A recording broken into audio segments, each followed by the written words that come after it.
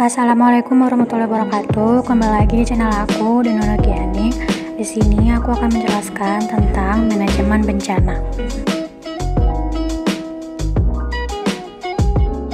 Pengertian bencana. Bencana alam merupakan bencana yang diakibatkan oleh gejala atau faktor alam. Gejala alam merupakan gejala yang sangat alamiah dan biasa terjadi pada bumi. Tetapi hanya ketika gejala alam tersebut melanda manusia atau kehilangan nyawa dan segala produk budidayanya atau kepemilikan harta dan benda. Kegiatan ini juga merupakan konsekuensi dari kombinasi aktivitas alami, baik peristiwa fisik seperti letusan gunung, gempa bumi, tanah longsor, dan aktivitas manusia. Menurut Undang-Undang Republik Indonesia Nomor 24 Tahun 2007, bencana adalah peristiwa atau rangkaian peristiwa yang mengancam dan mengganggu kehidupan dan penghidupan masyarakat yang disebabkan baik oleh faktor alam atau faktor non-alam maupun faktor manusia, sehingga mengakibatkan timbulnya korban jiwa manusia, kerusakan lingkungan, kerugian harta benda, dan dampak psikologi.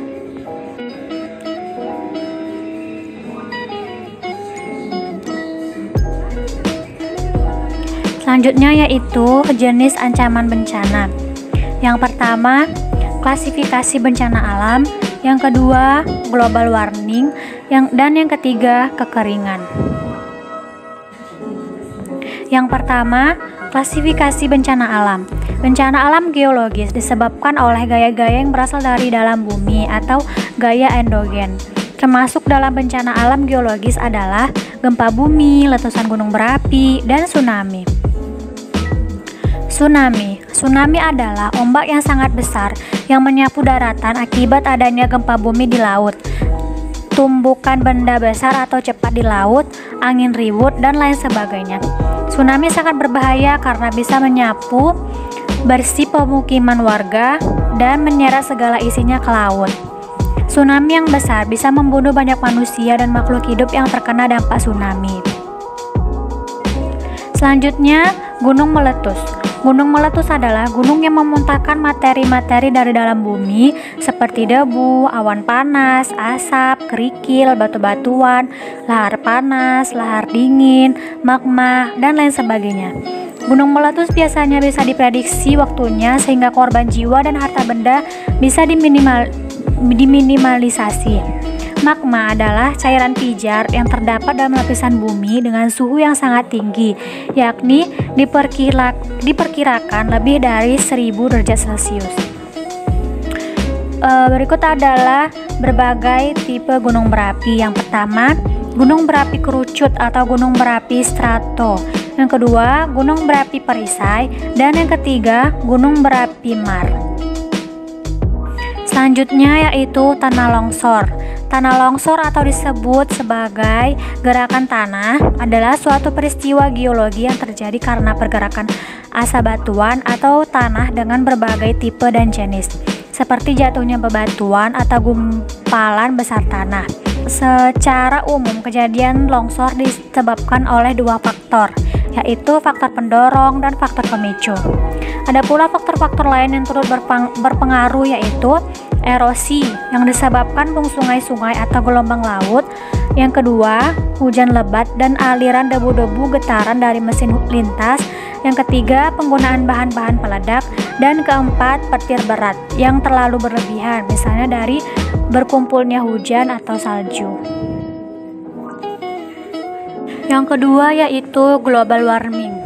Global warming atau pemanasan global adalah adanya peningkatan suhu rata-rata atmosfer, laut, dan daratan bumi. Suhu rata-rata global pada permukaan bumi telah meningkat 0,74 kurang lebih 0,18 derajat Celcius atau 1,33 lebih dan kurang 0,32 derajat Fahrenheit. Selama 100 tahun terakhir, Intergovernmental Panel on Climate Change atau IPCC menyimpulkan bahwa sebagian besar peningkatan suhu rata-rata global sejak pertengahan abad ke-20 kemungkinan besar disebabkan oleh meningkatnya konsentrasi gas-gas rumah kaca akibat aktivitas manusia melalui efek rumah kaca. Yang ketiga yaitu kekeringan.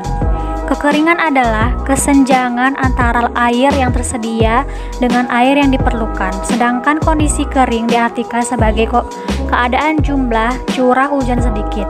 Kekeringan atau kemarau dapat timbul karena gejala alam yang terjadi di bumi ini.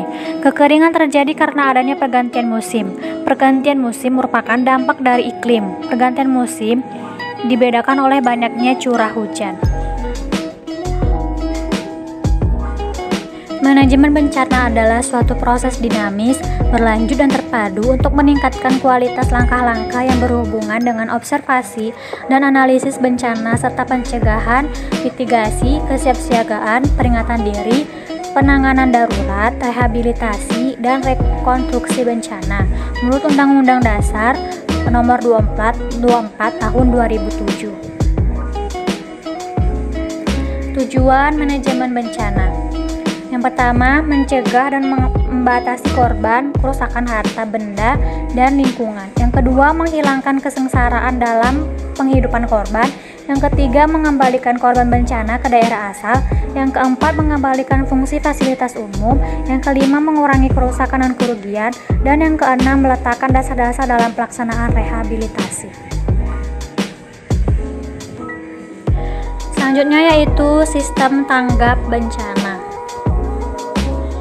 Sistem tanggap bencana harus bersifat efisien, ampuh dalam menanggulangi bencana di setiap tahapan, efektif, tepat dan sesuai dengan kebutuhan, terukur, sesuai dengan kapasitas dan sumber daya, dan yang terakhir yaitu tepat sasaran, sesuai dengan tujuan dan hasil akhir yang diharapkan. Selanjutnya yaitu upaya-upaya pencegahan bencana. Yang pertama, pos peringatan. Menentukan warga masyarakat bisa kembali menempati tempat tinggalnya atau tidak. Yang kedua, hidup tertib dan disiplin. Menegakkan peraturan-peraturan yang berhubungan dengan pelestarian lingkungan hidup. Dan yang terakhir yaitu pendidikan. Pengetahuan tentang bencana, penyebab dan gejala-gejala, maupun apa yang harus dilakukan bila terjadi bencana. Ini adalah termasuk contoh penanggulangan atau pencegahan dari bencana alam. Mari kita sama-sama menjaga bumi kita agar kita dapat mencegah terjadinya bencana alam yang mengakibatkan banyaknya korban jiwa dan banyaknya kerusakan. Terima kasih atas perhatiannya. Lebih dan kurangnya saya mohon maaf. Wabillahi taufiq wal hidayah. Wassalamualaikum warahmatullahi wabarakatuh.